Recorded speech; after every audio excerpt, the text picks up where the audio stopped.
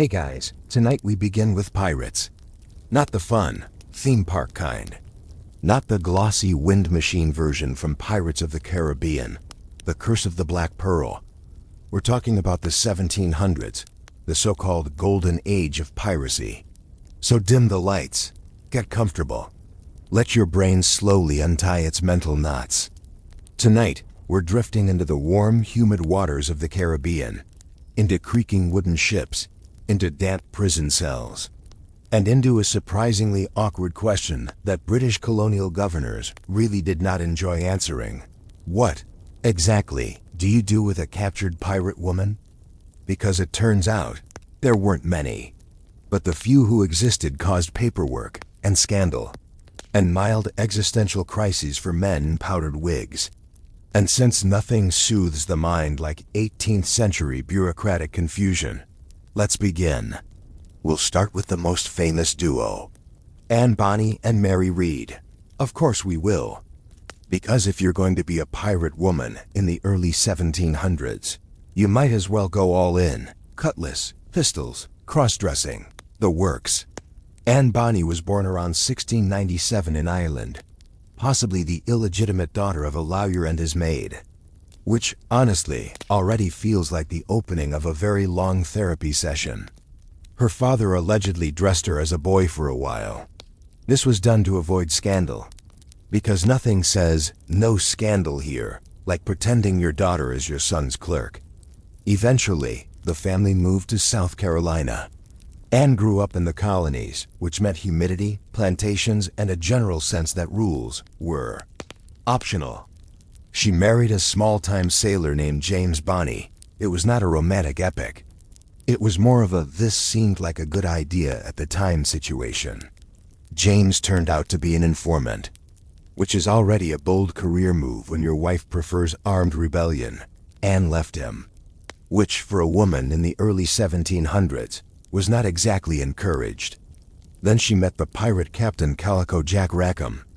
Calico Jack, not a terrifying name, more of a fabric pattern, but he was real.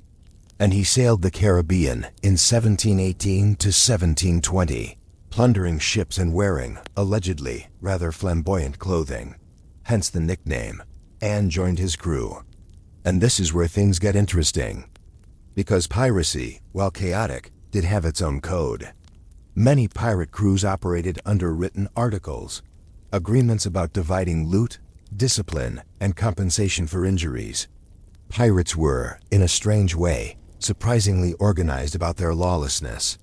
But women were generally banned aboard pirate ships. Not because pirates were paragons of virtue, but because sailors were deeply superstitious. They believed women on board brought bad luck. Also, they worried about jealousy, and violence, and distraction. So Bonny dressed like a man. Which brings us to Mary Read. Mary's childhood was even more complicated. She was born around 1685 in England. Her mother dressed her as a boy to continue receiving financial support from her deceased husband's family. Yes, another case of, let's just pretend this baby is male. Mary grew up as a boy. She joined the military. She fought in the War of the Spanish Succession. She fell in love. She married. Her husband died, which is not relaxing, but don't worry. We're narrating this calmly. After his death, she drifted. Eventually, she boarded a ship bound for the Caribbean. That ship was captured by pirates, and instead of reacting with horror, Mary joined them. Because why not double down? She later joined Calico Jack's crew, still disguised as a man. And this is the moment historians love. Bonny, who was also disguised as a man, reportedly developed feelings for Mary, believing her to be male. Mary then revealed she was actually a woman. Calico Jack was understandably confused. But eventually, the trio settled into a strange but functional arrangement. Now here's the part that matters for our sleepy little question. In October 1720, their luck ran out. A British naval vessel, commanded by Captain Jonathan Barnett, attacked their ship off the coast of Jamaica. Most of the male pirates were reportedly drunk below deck. Anne and Mary fought, They were described in trial records as fierce, cursing, shooting pistols, refusing to surrender quietly, which must have been unsettling, because when pirates were captured, the process was fairly straightforward. They were taken to a colonial port, they were tried, and if convicted, they were hanged publicly. Pirate executions were spectacles. Bodies were sometimes displayed in chains. It was a warning. Do not do piracy. Simple messaging. But Bonny and Mary Read complicated the system. They were captured and taken to Spanish Town, Jamaica. They stood trial in November 1720. They were convicted and sentenced to hang. Standard procedure, except they both claimed to be pregnant. This was known as pleading the belly. Under English common law, a pregnant woman could not be executed until after giving birth. It wasn't kindness, it was property logic. The unborn child was considered innocent. Therefore, the state waited. A panel of matrons would examine the prisoner to determine whether she was indeed pregnant. Anne and Mary were examined. They were confirmed pregnant, so their executions were delayed. And this is where history starts to get fuzzy. Mary Read died in prison in 1721, likely of fever. There's no record of her child surviving. She was buried in Jamaica. No dramatic last words recorded.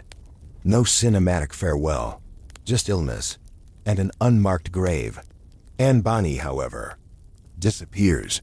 There's no official record of her execution. No burial, no final document. Some historians believe her wealthy father bought her release.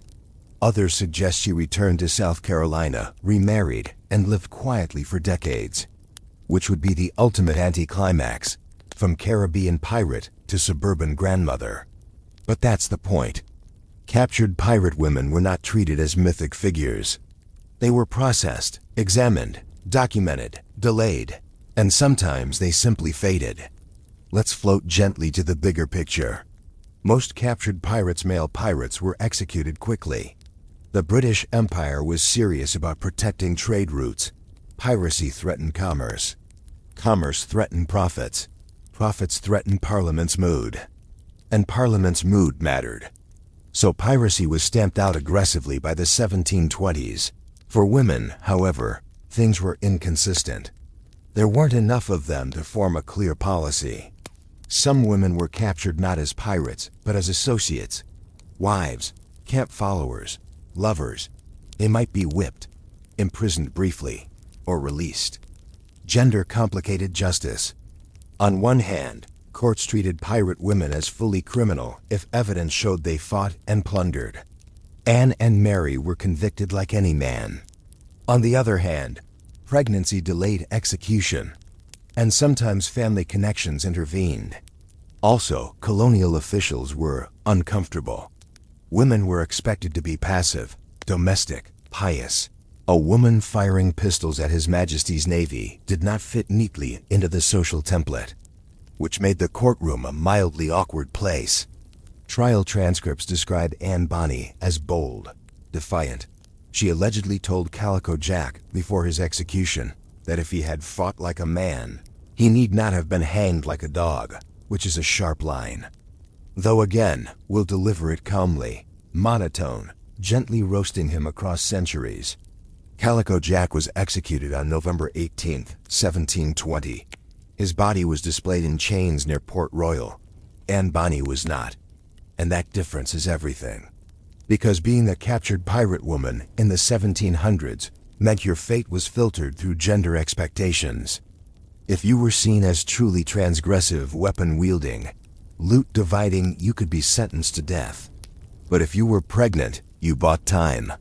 If you had influential relatives, you might disappear quietly. If you were ill, you might simply die in prison. There was no grand narrative arc, no poetic justice. Just colonial pragmatism and paperwork. Lots of paperwork. Now you might think Anne and Mary were rare anomalies. And you'd be mostly right. But they weren't alone. Scattered across the Atlantic world were other women who drifted into piracy. Some voluntarily, some accidentally. Some because their husbands dragged them along. And when they were captured, their treatment varied widely. Let's gently pivot toward another case. A woman named Rachel Wall. She operated later, in the 1780s, off the coast of New England. Rachel was born in Pennsylvania. She married a fisherman. They turned to piracy after financial troubles. Their method was grimly practical. During storms, Rachel would stand on deck pretending to be in distress. Passing ships would approach to help. Her crew would then attack, which is both clever and morally questionable. Eventually, her husband drowned. The crew dispersed. Rachel returned to Boston. She was later arrested, not for piracy but for robbery. She was tried, convicted, and hanged in 1789. No pregnancy plea saved her, because by then, piracy hysteria had cooled, and courts were less indulgent. Her execution was public. Sermons were preached about her. She reportedly repented dramatically on the scaffold, which feels very on-brand for 18th century New England. But again, the pattern remains. Captured pirate women were not romanticized in their own time. They were judged, processed, sometimes pitied, sometimes condemned, and often erased. So as you sink deeper into your pillow, imagine the humid air of Jamaica, the creak of prison doors, the murmur of matrons confirming pregnancy, the shuffle of paperwork in a colonial office. Pirate justice was swift. But when a woman stood in the dock wearing sea-worn clothes and defiant eyes, the system hesitated, not out of compassion, but out of confusion. And that hesitation changed everything. All right, let's gently drift back to the docks. The air is heavy, the ropes creak. Somewhere in the distance, a colonial official is sighing into a stack of parchment. Because capturing pirates was one thing, figuring out what to do with pirate women was administratively exhausting. Now, contrary to what adventure novels might suggest, pirate ships were not overflowing with women disguised as men. This wasn't a floating Shakespeare festival. Female pirates were rare, but women were absolutely present in pirate ecosystems. They lived in port towns like Port Royal, that infamous Caribbean hub of rum, gambling, and very questionable life decisions. They ran taverns. They smuggled goods. They carried messages. They sometimes fenced stolen cargo, and occasionally, they picked up a pistol. When pirate ships were captured, entire crews were rounded up. That included anyone found on board. Wives, lovers, laundry doers, opportunists who just happened to be in the wrong hammock at the wrong time. Colonial courts then had to sort through them. This is where things get quietly fascinating.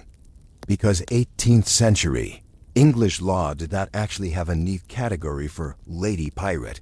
Piracy itself was legally defined under statutes like the Piracy Act of 1698. It treated pirates as enemies of all mankind.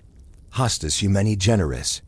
Very dramatic Latin, but the law assumed pirates were men, which meant when women appeared in court, officials had to improvise. Sometimes they defaulted to standard criminal procedure. If a woman was proven to have actively participated in robbery at sea, meaning she carried weapons, voted in crew decisions, or shared loot, she could be tried exactly like a male pirate. And if convicted, she could be sentenced to death. No special pink noose. Just the same gallows. But in practice, it wasn't always that simple. Let's float toward a softer example. Many captured women claimed coercion. I was forced aboard. My husband made me come. I only cooked. And here's the thing. Sometimes that was true. Pirate ships were not known for HR departments.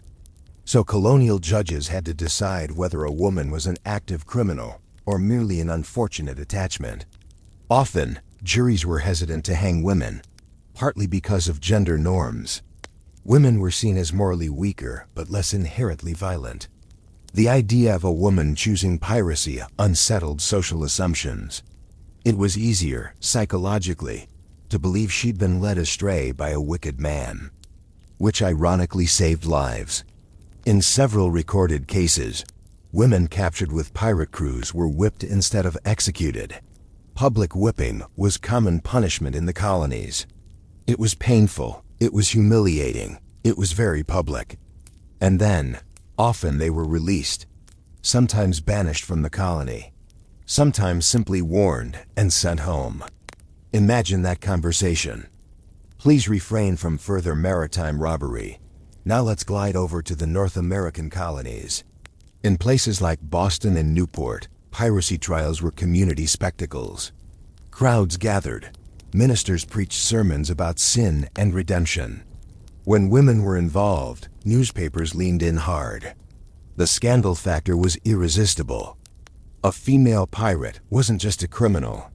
She was a breakdown of social order. And colonial societies were extremely invested in social order.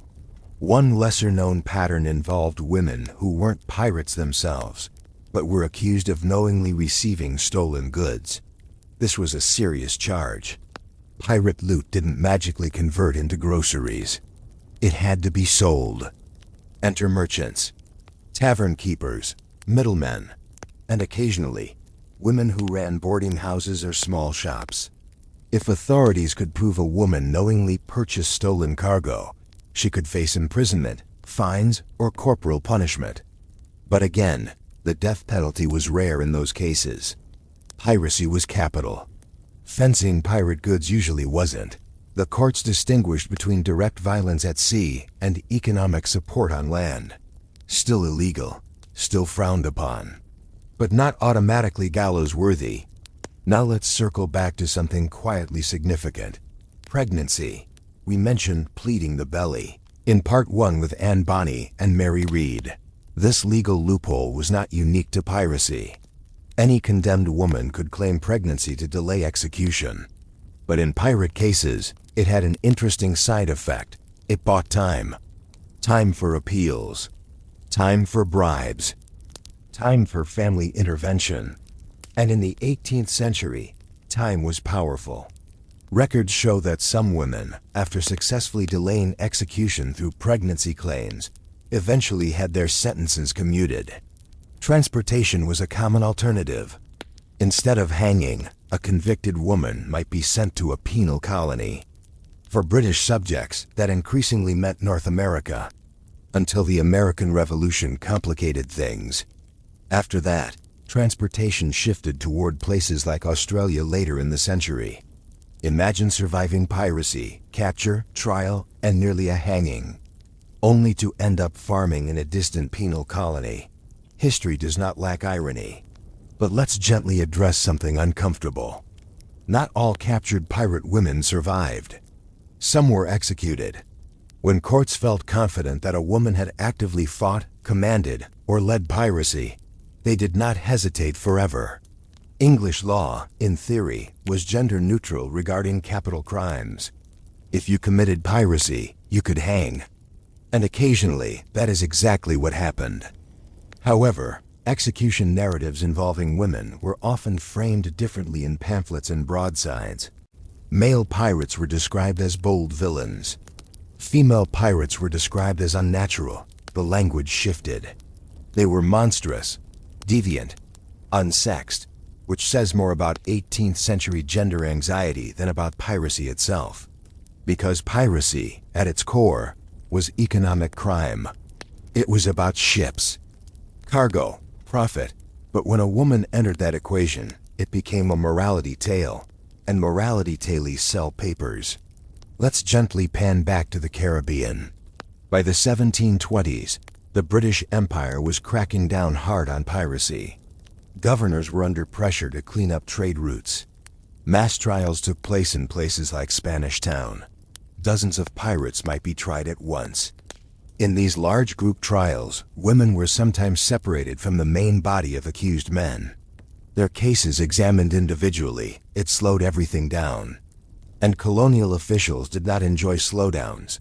They preferred efficiency. Gallows first, paperwork later. But women required inquiry. Were they sailors? Or passengers? Armed? Or merely present? Each answer mattered. There's something almost bureaucratically soothing about it.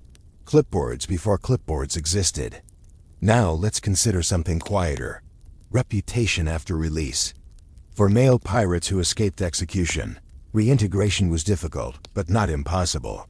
For women, it was socially catastrophic. A woman known to have sailed with pirates carried stigma forever. Marriage prospects? Slim. Community trust? Questionable. Church seating? Probably awkward. Even if legally spared, socially they were marked. Which, in some ways, was its own life sentence. And yet, some seem to have disappeared successfully. Bonny may have returned to South Carolina and lived decades under her birth name. Records suggest a woman by her name married and had children. If that's true, she transitioned from pirate gunfighter to colonial mother, which feels almost absurdly peaceful. But that's the strange softness of history. It doesn't always end with spectacle. Sometimes it ends with quiet obscurity. Before we float onward, let's address one more subtle reality. Violence against captured women at sea. We don't have extensive records. But maritime culture was harsh. Captured crews, especially in battles, faced brutality. Women aboard ships, pirate or merchant, were vulnerable. Colonial courts occasionally documented abuse, but rarely prosecuted it with enthusiasm. Justice at sea was uneven, very uneven. But once under official custody, women became subjects of law, not spoils of war, which is a small, grim comfort. So what happened to captured pirate women in the 1700s? Some were hanged, some died in prison. Some were whipped and released. Some pleaded pregnancy. Some were transported across oceans. Some quietly melted back into society. There was no single fate, just a spectrum of outcomes shaped by gender, politics, and timing. And perhaps that's what makes this topic so strangely calming. It's not a dramatic cliff-edge story. It's administrative history. Colonial governors squinting at legal codes. Juries debating morality. Midwives confirming pregnancies. Ships waiting in harbor. A system trying to categorize something it didn't expect. All right, let's loosen our grip on the Caribbean for a moment. We've spent time in Jamaican courtrooms. We've watched powdered judges squint at Bonny and Mary Read. We've listened to colonial clerks sigh into their inkpots. But piracy in the 1700s was not exclusively a British inconvenience. It was global. So tonight we're going to float outward, across the Atlantic, around West Africa, into the Mediterranean, toward the Indian Ocean. Because when pirate women were captured outside British-controlled waters, the outcomes could look very different, and sometimes surprisingly similar. Now we need to start with something gently grounding. Female pirates were rare everywhere. They were statistically unusual, which makes every documented case feel dramatic. But most maritime crime in the 18th century was still overwhelmingly male. However, rare does not mean non-existent, and when women appeared in piracy cases in places like France or Spain, the legal lens shifted slightly. Let's begin with France. French maritime courts, particularly in ports like Nantes and Saint-Malo, handled privateering and piracy with a certain bureaucratic elegance. Privateering, of course, was state-approved piracy. A government handed you a letter of marque. You attacked enemy ships. You called it patriotism. Very tidy. Now occasionally, women were present aboard privateer vessels, wives, daughters, camp followers. And in rare instances, women actively participated in armed engagements. When captured by enemy forces, they were typically treated as prisoners of war rather than common criminals, if they were officially tied to a privateering enterprise. Which sounds noble, but if they were caught without official documentation, they could be classified as pirates, and that was much less charming. French courts were somewhat less inclined toward public mass executions compared to British colonial authorities in the Caribbean. Punishments often included imprisonment, fines, or forced labor. Women convicted of maritime robbery in French territories were more likely to be imprisoned than hanged, especially if they could argue coercion or dependency on a husband. The theme returns. Was she acting independently? If yes, things got dangerous. If no, things got complicated. Now let's drift to Spain. Spain had a long history with maritime conflict. By the 1700s, it was deeply concerned about protecting treasure fleets. Captured pirates in Spanish territories could face severe punishment. But Spanish legal culture, shaped by both royal law and Catholic doctrine, sometimes emphasized repentance. Women captured with pirate crews were occasionally placed in convent custody pending trial. Yes, imagine going from Caribbean gunfire to a quiet convent cell, from pistols to prayer. Not exactly the same aesthetic. If convicted, Spanish courts could sentence women to imprisonment, public penance, or exile. Execution was possible, but it appears less common for women than for men. Public shaming rituals were more frequently documented. Standing in church wearing penitential garments, confessing sins publicly, reintegrating slowly, if at all. It was punishment wrapped in moral theater. Now let's gently turn toward something a little different. North Africa and the Mediterranean. The so-called Barbary corsairs operated for centuries along the coasts of modern-day Morocco, Algeria, Tunisia, and Libya. These corsairs, sometimes labeled pirates by Europeans, captured ships and enslaved crews. Women captured in these maritime conflicts usually came from merchant vessels, not pirate ships. But occasionally, women involved in maritime raiding found themselves imprisoned when political tides shifted. In Ottoman-controlled territories, female maritime criminals could be imprisoned or absorbed into domestic servitude systems. It wasn't uniform. It wasn't standardized. Justice systems were deeply localized. And again, rarity played a role. When something is unusual, authorities don't always have a flowchart ready. Now, let's float further east. Toward the Indian Ocean, European trading companies, the British East India Company, the Dutch VOC, the French Compagnie des Indes were heavily invested in suppressing piracy along trade routes to India and Southeast Asia. Women aboard pirate vessels in this region were even less common in European records.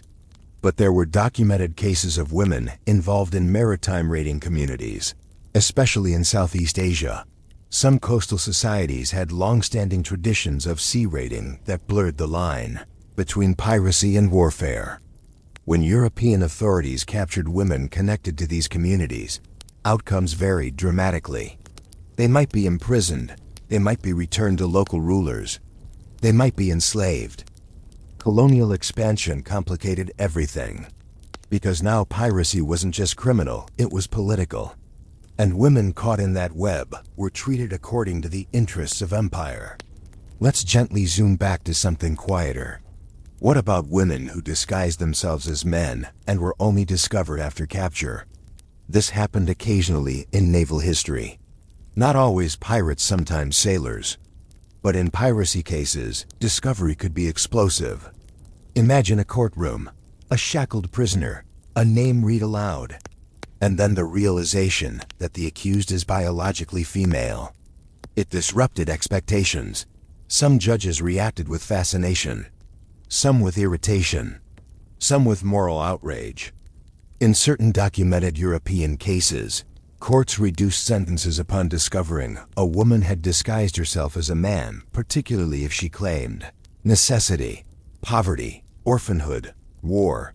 These explanations mattered.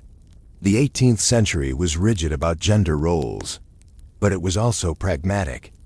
If a woman could convincingly argue she had no viable path except male disguise and maritime labor, judges sometimes leaned toward leniency.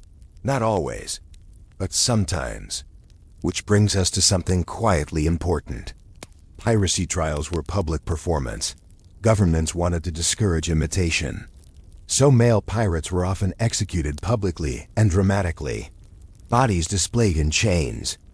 Women, however, were less frequently displayed in that way. Even when executed, the spectacle was sometimes muted. Authorities were aware of optics. A woman's body hanging in chains along a harbor could provoke discomfort or sympathy. And sympathy was bad for deterrence. So sometimes, punishments were carried out but not theatrically emphasized. History doesn't always tell us why, but patterns emerge.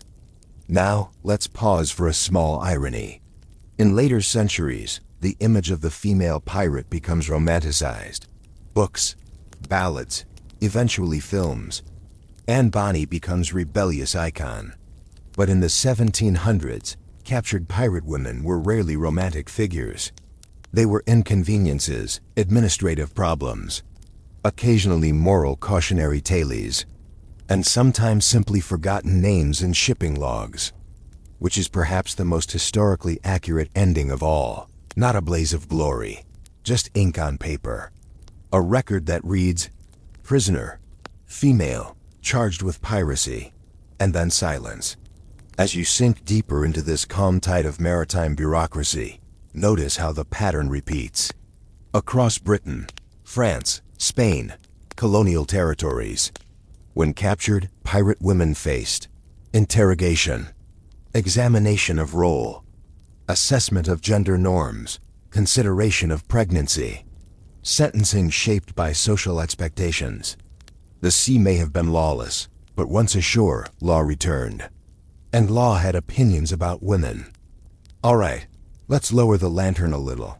We've watched trials, we've seen gallows prepared. We've followed pirate women into prison cells and convents and administrative limbo. But now we arrive at the softer, stranger question. What happened after? Not the dramatic execution scene, not the courtroom speech. The morning after. Because piracy didn't just affect the woman holding the pistol. It rippled outward, into children, into parents, into small colonial towns where gossip traveled faster than ships. And this is where history becomes very quiet. Let's begin with pregnancy. When Anne Bonny and Mary Read pleaded their bellies in Jamaica, they weren't just delaying execution. They were introducing an entirely new legal complication. An unborn child of a convicted pirate. The British legal system viewed that unborn child as innocent property of the Crown's protection, which is a very clinical way of saying, we don't hang babies, so the mother waited. In prison, pregnant, in humid Caribbean heat, Mary Read died there in 1721, likely from fever related to childbirth. Records don't show a surviving child. Just a burial entry in a parish register in Spanish Town. One line. That's it. Anne Bonny's story, however, drifts into mist. There's no execution record. Some historians suspect her father, a reasonably well-off planter in South Carolina, paid for her release. If that's true, imagine the reunion. Hello, father. Sorry about the piracy. If she returned to the colonies, as some records suggest, she may have married again, had children, lived decades quietly. Which would mean that somewhere in colonial America, there were children who had no idea their mother once fired pistols at British naval officers. Or perhaps they did know. Perhaps it was a whispered story told carefully by candlelight. Your mother once sailed under a false name. Families of captured pirate women faced difficult choices. Deny them, defend them, or pretend the whole thing never happened. For poorer families, defense was difficult. Legal appeals cost money. Transportation across oceans cost money.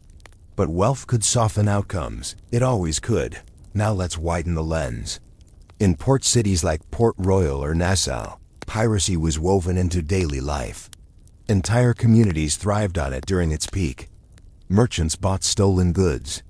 Tavern keepers housed crews. Shipbuilders repaired pirate sloops. So when a pirate woman was captured, the community response wasn't always moral outrage. Sometimes it was economic inconvenience. Who will pay their tab? But when piracy suppression intensified in the 1720s, communities shifted tone quickly. Suddenly, everyone claimed innocence. Everyone had always supported the crown. Of course they had. And women connected to piracy became liabilities. If released, they often faced quiet exile. Not official banishment, but social cooling. Doors closed politely. Invitations stopped arriving. Church pews felt colder. For children of pirate women, the consequences were subtle but lasting. Illegitimacy was already stigmatized in the 18th century. Add piracy to the mix, and you have a child born into layered suspicion. Schooling opportunities were limited. Apprenticeships could be denied. Reputation mattered deeply in small colonial towns. And gossip was archival before archives existed. Now let's consider another path.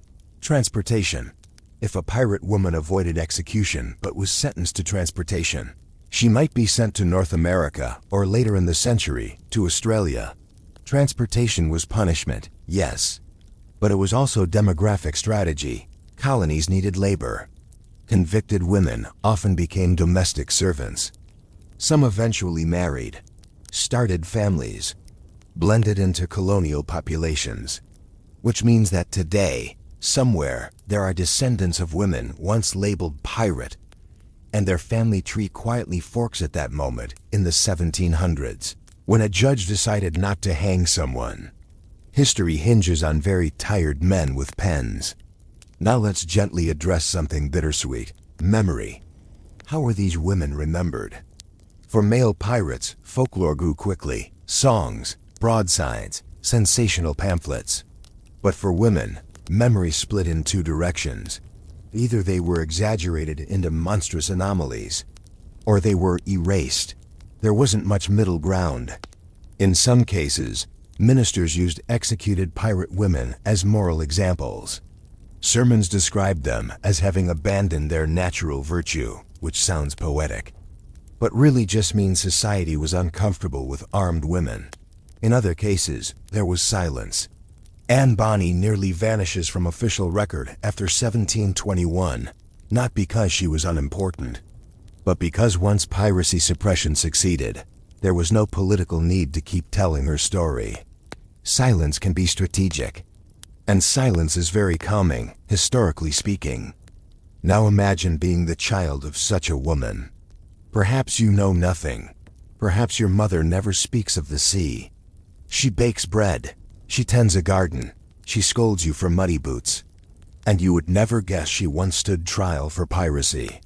Or perhaps you do know, and you carry it quietly. A strange inheritance, not land, not money, but a story. Now let's float toward something even subtler: forgiveness. Colonial governors occasionally issued pardons. Sometimes broad amnesties were offered to pirates who surrendered voluntarily. These pardons generally applied to men, but women connected to pirate crews sometimes benefited indirectly. If their husbands accepted pardons, families could remain intact, which meant some women avoided trial entirely. They simply stepped back into civilian life as if the maritime detour had been a seasonal job, because in some ways, it had been. Piracy for many was temporary, a few dangerous years, a gamble, then either death, capture, or reintegration. For women, reintegration required discretion. Which brings us to an oddly soothing truth. History remembers pirate women because they were unusual, but their own communities may have worked very hard to forget them, for survival, for stability, for marriage prospects. And forgetting can be an act of mercy. As you lie there, listening to the imaginary creak of ships in harbor, consider how many lives simply slipped back into anonymity. No memoirs. No dramatic confessions. Just routine, laundry, cooking, church attendance. The sea receding into memory. All right, let's shift from the courtroom to the printing press. The executions have ended. The prison doors have closed. The colonial clerks have gone home, but stories are much harder to hang. Because what happened to captured pirate women in the 1700s is only part of the tale. The other part begins after they're gone, after the burial entries, after the pardons, after the awkward family reunions. It begins when someone decides to write it all down. And in the early 18th century, one book in particular did a lot of writing. In 1724, a mysterious author published a general history of the pirates. The author used the name Captain Charles Johnson.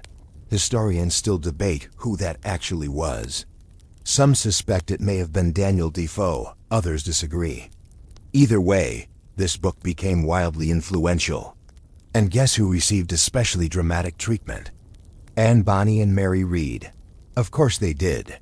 Because nothing sells quite like women with pistols defying gender norms on the high seas.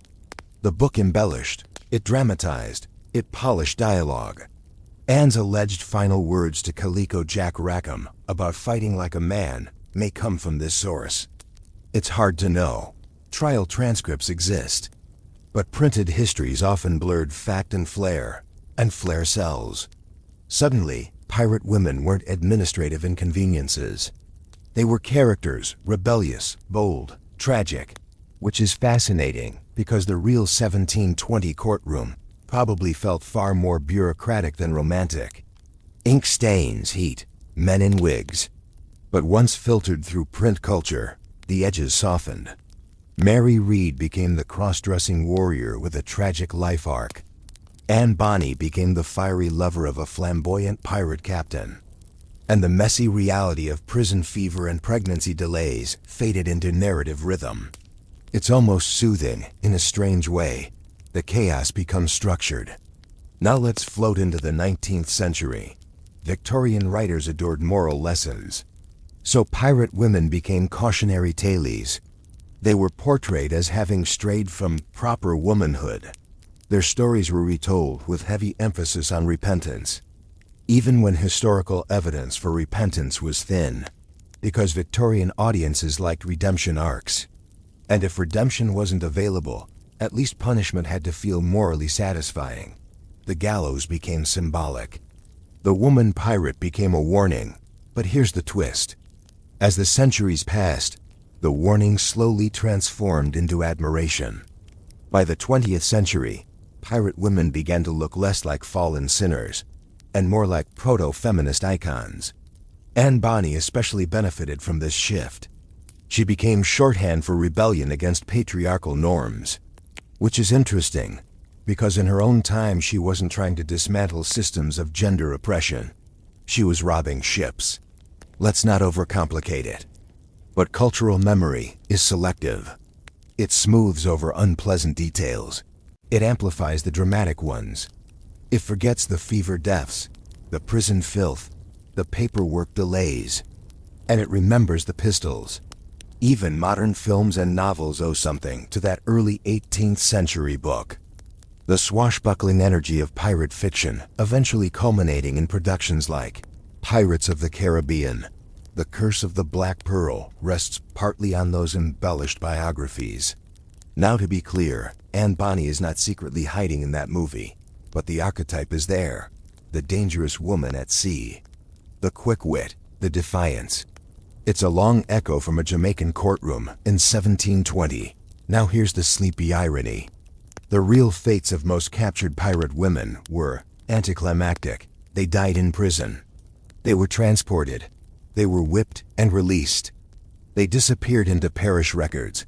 But legend dislikes anticlimax. Legend prefers dramatic exits. So Anne Bonny's mysterious disappearance becomes tantalizing.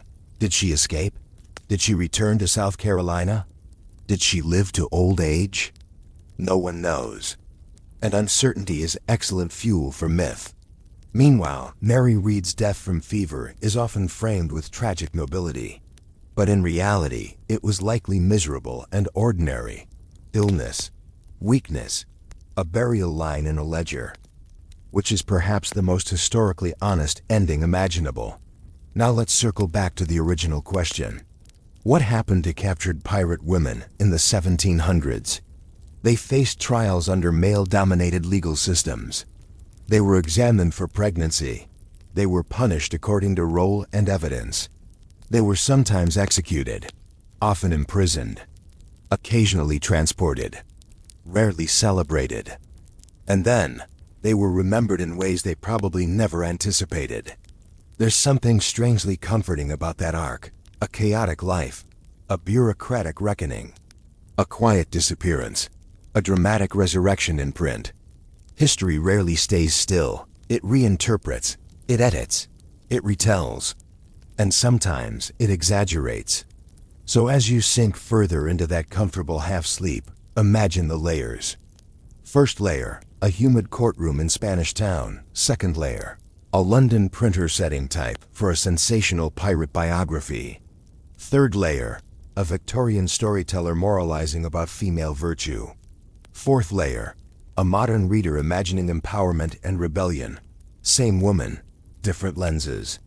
The captured pirate woman of the 1700s was not a fantasy heroine. She was a legal anomaly, a social disruption, a person caught between sea law and shore law. But over time, she became something else. A symbol, and symbols are smoother than reality. They don't sweat in prison cells. They don't die of fever. They stand on deck in perfect silhouette against the sunset, which is lovely, but less accurate. All right, we've reached the calmest stretch of water. No cannon fire, no courtroom murmurs, no sermons booming from colonial pulpits, just the long after. Because when we ask, what happened to captured pirate women in the 1700s? The most honest answer is not dramatic. It is procedural, it is human, and it is quietly revealing. By the late 1720s, the so-called Golden Age of Piracy was fading. The British Navy intensified patrols. Colonial governors received strict instructions. Pardons were offered, then revoked. Gallows were used efficiently. Piracy became less romantic and more inconvenient. And as piracy declined, so too did the appearance of women in pirate trials. The anomaly corrected itself, which means the captured pirate woman remained rare enough to feel symbolic. She became a cautionary example, but also, strangely, a crack in the system. Because every time a woman like Bonny stood in court, she forced 18th century society to confront something uncomfortable. Women were not always passive. They could choose risk. They could choose violence. They could choose crime. And that possibility unsettled a world built on rigid roles. The reaction was not philosophical debate. It was paperwork, examinations, witness testimony, pregnancy panels, sentencing delays. The system didn't know how to feel, so it categorized. And categorizing is a very human coping mechanism. Now let's zoom out gently. The 1700s were an era obsessed with order. Empires expanding. Trade networks tightening. Naval codes formalizing. Piracy represented disorder. And women pirates represented disorder squared. So when captured, they were processed not just as criminals, but as disruptions. Sometimes the system punished harshly to restore balance. Sometimes it softened punishment to restore gender expectations. But it always tried to smooth the wrinkle. And eventually, the wrinkle faded. Most captured pirate women did not die in glorious defiance. They sat in cells. They waited. They answered questions from men who had already decided what kind of person they believed them to be. If they survived, they stepped back into a world that preferred not to remember. Which brings us to legacy. In modern times, we tend to see figures like Mary Read as bold rebels against gender norms. And yes, dressing as a man and fighting at sea was certainly bold. But we must remember something gently grounding. Many women who ended up in piracy did so because their economic options were limited. Widowhood, poverty, abandonment. The sea was not necessarily liberation. It was sometimes survival. And survival stories rarely look glamorous up close. The prison fever that likely killed Mary Read was not poetic. The uncertainty surrounding Bonny's disappearance is not cinematic. It is archival silence. And silence can feel anticlimactic, but it is honest. Now let's breathe in something else. Memory reshapes everything. By the 19th and 20th centuries, as gender roles were re-examined, pirate women became retroactive symbols. They appeared in novels, in plays, eventually in film. They became shorthand for rebellious femininity, and that's not entirely wrong. But it is simplified. The real captured pirate woman of the 1700s faced hunger, fear, and the grinding machinery of empire. She was not thinking about symbolism. She was thinking about survival. Will I hang? Will I give birth in chains? Will anyone claim me? Those are small human questions, not mythic ones.